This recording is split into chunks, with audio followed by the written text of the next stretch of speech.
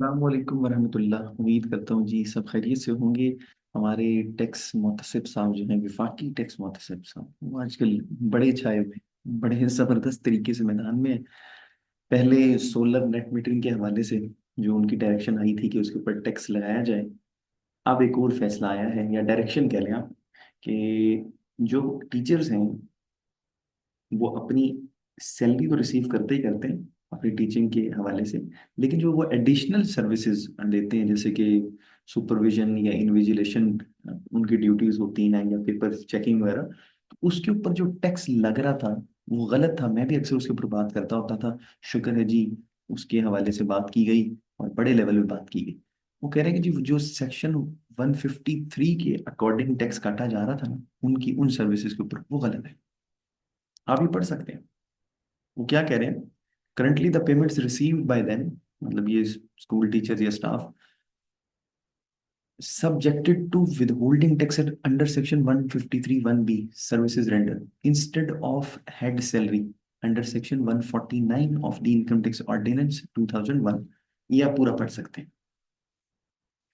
अब इससे होता क्या था, क्या कॉम्प्लिकेशंस जन्म लेते थे, उनके ऊपर बात करते हैं। फिर देखते हैं कि किस तरीके से होना चाहिए इसको ठीक, हम इस गलती को कैसे कर सकते हैं जो ये गलती कर रहे हैं, ताकि वो ये गलती ना करें। अब इसमें हम एक सैलरी का फिगर ले लेते हैं, एक छोटा सा 1.5 मिलियन ले लेते हैं जी। एक टीचर की सैलरी है, टोटल टैक्सेबल सैलरी। अब इसके ऊपर टैक्स कितना कैलकुलेट होगा, जरा देखिएगा। कंप्यूटेशंस में जाते हैं, वो कह रहे हैं इसके ऊपर जो टैक्स एप्लीकेबल है वो 52,500। अब ये यूजली विद हेल्ड हो चुका होता है, तो हम साथ ही इसको एडजस्ट भी कर लेते हैं, स्टेप बाय स्टेप चलेंगे।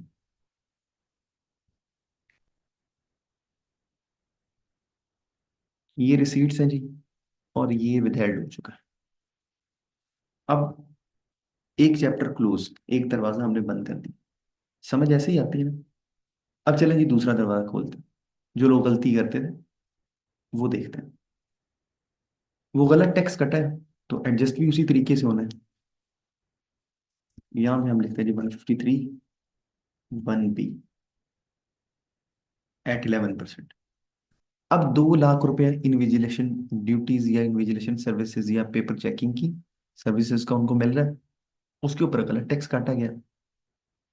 149 नहीं लगाया, 153(1)(b लगा दिया। अब एडजस्ट वैसे ही होना है। 11% के हिसाब से 22,000 रुपये कटे। अब क्योंकि ये भी कट गए, समझ ऐसे आती है कि जो सैलरी के ऊपर था वो भी कट गया, जो इन सर्विसेज के ऊपर था वो भी विदहेल्ड हो गया, तो अब मजीद मुझे कुछ नहीं पे करना। कुछ ऐसी अंडरस्टैंडिंग बनती, लेकिन ऐसा होगा नहीं। अब वो कह रहे कि आप अपनी रिसीट्स दिखाएं, कि ये जो अमाउंट आपने 2 लाख रुपए की रिसीव की है ना, ये जाके बिजनेस के हेड में डिक्लेयर करें। अब ये बंदा बिजनेसमैन है ही नहीं। देखे ना, गलती यहाँ समझिए, बिजनेसमैन है ही नहीं, लेकिन फिर भी हमें मजबूरन उधर दिखाना पड़ेगा, अदरवाइज ये एक्सेप्ट नहीं करेगा। 2 लाख रुपए हमने इधर दिखाया, गलती के ऊपर गलती हो रही, फिर गलती के ऊपर एक और गलती करते हैं, उसको सब्जेक्ट टू फिक्स्ड और फाइनल टैक्स समझते हैं। वो भी गलत है, वो मैं नहीं कर रहा, मजीद गलती। अब होगा क्या,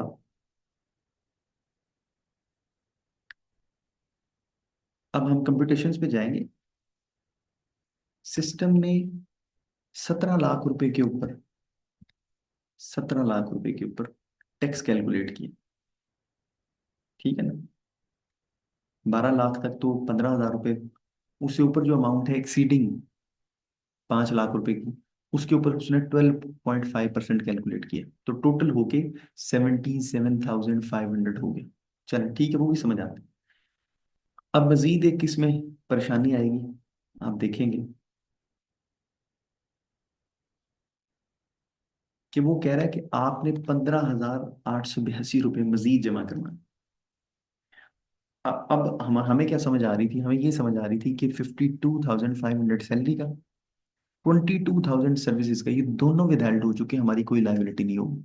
लेकिन मजीद लाइबिलिटी आ रही, अब ये सिर्फ उस गलती की वजह से आ रही। इसमें डिफरेंस ऑफ मिनिमम टैक्स जो आपके पास जो निकल के आ रहा है, उसके ऊपर डिस्कशन जो है ना, वो एक हम अलग से वीडियो बनाएंगे, उसमें करेंगे, क्योंकि वो बहुत से सेक्शंस के ऊपर एप्लीकेबल है।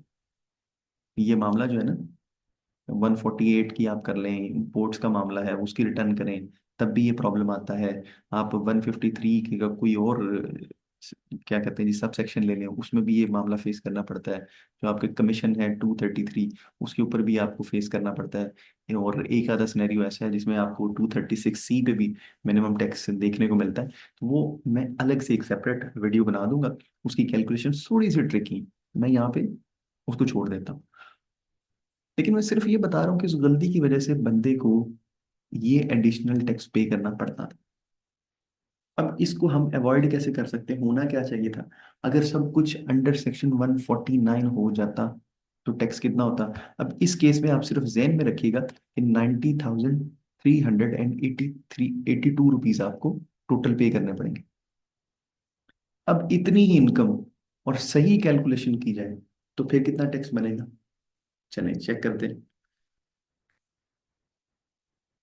वो जो अमाउंट है ना, जो उसको मिली, हम उसको भी सैलरी ही कंसिडर करते हैं। टोटल अमाउंट होगी 17 लाख रुपए।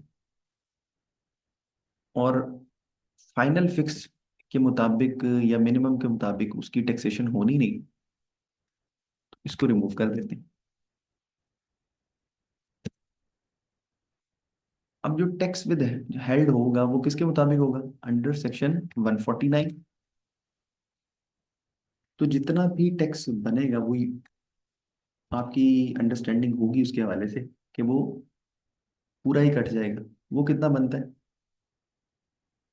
1 लाख, एक मिनट एक मिनट, हाँ हमने यहाँ से रेवेन्यू रिमूव नहीं किया, मैं भी परेशान हो गया था एक दफा। ये तो लेने के देने पड़ गए। अब चेक कीजिएगा प्लीज। देखिए, टोटल टैक्स इसके ऊपर बनता है 77,500, जबकि सिस्टम बना रहा था 90,382 रुपीज। वो कुछ 15,000 रुपये या 14,000 रुपये एडिशनल बना रहा था। वो किसकी वजह से? उस गलती की वजह से। अब सिंपली हम क्या करेंगे, हम इसको एडजस्ट करेंगे, और फिर क्या लाइबिलिटी आएगी? फिर भी कोई 14-15 हजार रुपये आएगा, देख लेते हैं। या फिर भी कोई एडिशनल हमें पे करना पड़ेगा। देखिएगा जी, अब कुछ भी एडमिटेड टैक्स में नहीं आ रहा, आपने कुछ नहीं पे करना। क्यों? क्योंकि जितना बनता था आपने ऑलरेडी कटवा दिया। सही तरीके से आपका टैक्स विदहेल्ड हुआ था, बात खत्म हो गई। ये इतना सिंपल सा मामला है कि सारी अमाउंट को सैलरी के तौर पे डील किया जाए, सैलरी कंसीडर किया जाए, और उसके ऊपर जितना भी टैक्स बनता है वो अंडर सेक्शन 149 विदहेल्ड कर लिया जाए, ताकि वो मसाइल जो हमें अभी फेस करने पड़ रहे थे पहली एग्जाम्पल में, वो फिर फेस नहीं करने पड़े।